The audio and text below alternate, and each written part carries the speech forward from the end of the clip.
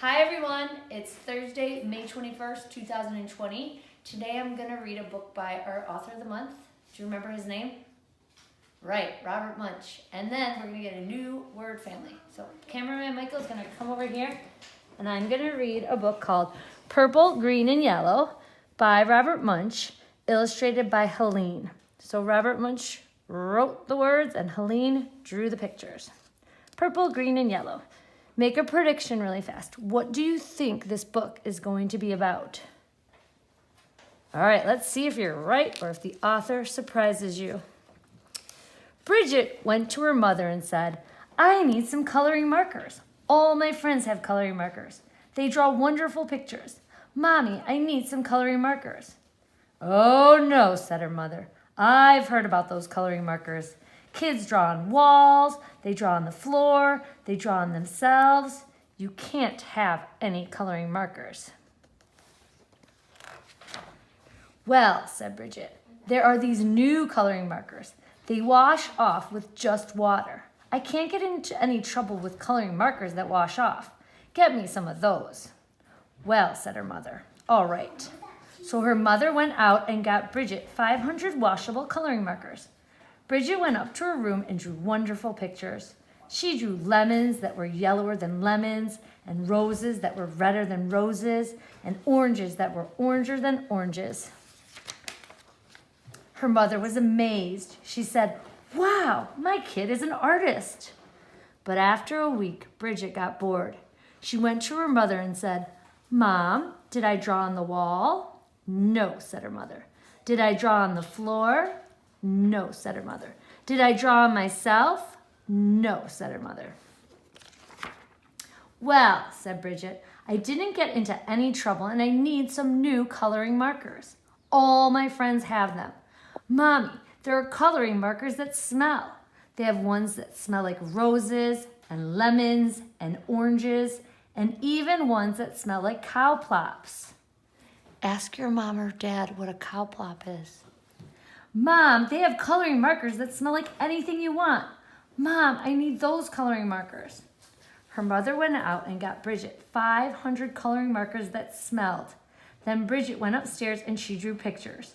She drew lemons that smelled like lemons, and roses that smelled like roses, and oranges that smelled like oranges, and cow plops that smelled like cow plops. Ew. Her mother said, wow, my kid is an artist. But after a week, Bridget got bored. She said, Mom, did I draw on the floor? No, said her mother. Did I draw on the walls? No, said her mother. Did I draw on myself? No, said her mother. Well, said Bridget, I need some new coloring markers. These are the best kind. All my friends have them. They are super indelible, never come off till you're dead or maybe even later coloring markers. Mom, I need them. So her mother went out and got 500 super indelible, never come off till you're dead and maybe even later coloring markers. Bridget took them and drew pictures for 3 weeks. She drew lemons that looked better than lemons, and roses that looked better than roses, and oranges that looked better than oranges, and sunsets that looked better than sunsets. Then she got bored. She said, I'm tired of drawing on the paper, but I'm not going to draw on the walls, and I'm not going to draw on the floor, and I'm not going to draw on myself, but everybody knows it's okay to color your fingernails. Even my mother colors her fingernails. So Bridget took a purple, super indelible, never come off till you're dead, and maybe even later coloring marker, and colored her thumbnail bright purple. And that was so pretty, she colored all her fingernails purple, black, and yellow. And that was so pretty, she colored her hands yellow, green, and red. And that was so pretty, she colored her face purple, green, yellow, and blue. And that was so pretty, she colored her belly button blue. And that was so pretty, she colored herself all sorts of colors, almost entirely all over. Then Bridget looked in the mirror and said, what have I done? My mother is going to kill me. So she ran into the bathroom and washed her hands for half an hour. Nothing came off. Her hands still looked like mixed up rainbows. Then she had a wonderful idea. She reached way down into the bottom of the coloring markers and got a special colored marker. It was the same color she was. She took that marker and colored herself all over until she was her regular color again. In fact, she looked even better than before, almost too good to be true. She went downstairs and her mother said, "Why, Bridget, you're looking really good today." "Right," said Bridget. Then her mother said, "It's time to wash your hands for dinner." But Bridget was afraid that the special color would not stick to the colors underneath, so she said, "I already washed my hands." But her mother smelled her hands and said, "Ah, no soap." She took Bridget into the bathroom and washed her hands and face. All the special color came off and Bridget looked like mixed up rainbows. "Oh no," said her mother. "Bridget, did you color your hands with the coloring markers that wash off?" "No." "Bridget, did you color your hands with the coloring markers that smell?" "No." "Did you use the super indelible, never come off till you're dead or maybe even later coloring markers?" "Yes." "Yikes," yelled her mother. She called the doctor and said, "Help, help, help. My daughter has colored herself with the super indelible, never come off till you're dead or maybe even later coloring markers." "Oh dear," said the doctor. "Sometimes they never come off." The doctor came over and gave Bridget a large orange pill. She said, "Take this pill, wait 5 minutes, and then take a bath." So Bridget took the pill, waited 5 minutes, and jumped into the bathtub. Her mother stood outside the door and yelled, "Is it working? Is it working?" "Yes," said Bridget, "everything is coming off." And Bridget was right. Everything had come off. When Bridget walked out of the bathroom, she was invisible. "Oh no," yelled her mother. "You can't go to school if you're invisible. You can't go to university if you're invisible. You'll never get a job if you're invisible. Bridget, you've wrecked your life." "Don't worry," said Bridget. She ran into her room, got the special colored marker, and colored herself entirely all over until you couldn't tell the difference. In fact, she looked even better than before, almost too good to be true. But her mother said, "Bridget, you can't go through life like that. You're just a picture. Everyone will know there's something wrong." "No, they won't," said Bridget. "Yes, they will," said her mother. "No, they won't," said Bridget. "I colored Daddy while he was taking a nap, and you haven't noticed anything yet." "Good heavens," yelled her mother, and she ran into the living room and looked at Daddy. He looked even better than before, almost too good to be true. "Doesn't he look great?" asked Bridget. "I couldn't even tell the difference," said her mother. "Right," said Bridget, "and neither will he, as long as he doesn't get wet." Uh-oh. All right, my friends, that's my funny book by Robert Munch. We're gonna go over to my studio, and I have some helpers that are dressed just like me for our new word family. So come on over. All right, my friends, we're gonna hold this up so the friends can see. And sorry, we're all dressed a certain way, and you're gonna find out why in a second. So, Casey, letter please, everybody. O. Sound please. Ah, ah, ah. And Mr. Killian, letter please. P. Sound please, everybody. Huh. All right, let's segment this. Ready? Ah, ah. It's the op family. All right, Cullen, grab your first word, and you're gonna be this letter. Your first letter, I'm sorry. All right, letter please, everybody. D. D. D. Sound please. D.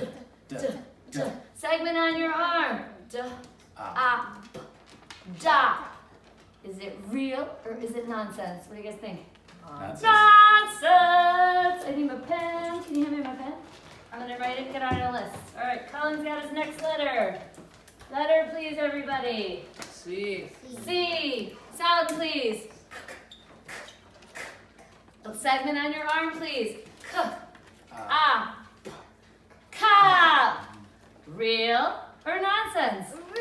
Real. That's why we're dressed like this, just in case you didn't get it. All right, letter please. T. T. Sound please. Segment on your arm please. Ch. Ah. Chop. Real or nonsense? Real. Real. Do Do you guys at home think they need to be a little more energetic? Me too. Letter, please. V. V. Sound, please. Ooh, ooh, ooh. Segment on your arm, please. Ooh. Ah. Vap. Real or nonsense? Nonsense. All right, letter, please, Cullen.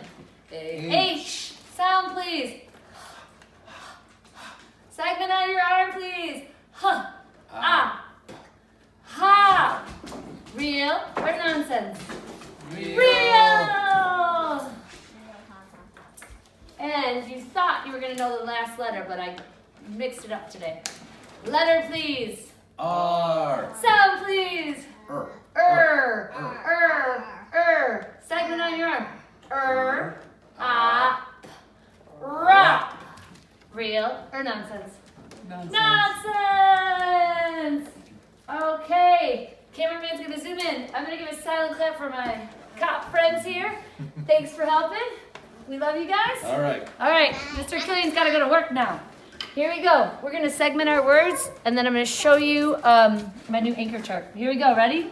K, up, cop, ch, up, top, up, hop, d, up, dop, v, up, vop, up, rop.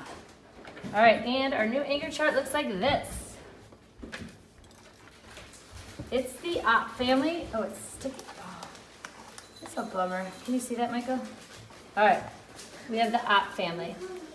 And let's read these. Segment on your arm, please. Op, mop. Op, hop. K, op, cop. P, op, pop. Ooh, I see this. Who remembers what the S and the H together say? I'll give you a hint. You're right if you said shh. Here we go. Shh. Shop. Ooh. Der. Drop. Ooh, S and a T are gonna go st. Stop. And our last one. Top. And that's it, my friends. That is the op family. I hope you enjoyed our class today. I'll see you tomorrow. I love you. I miss you. Bye.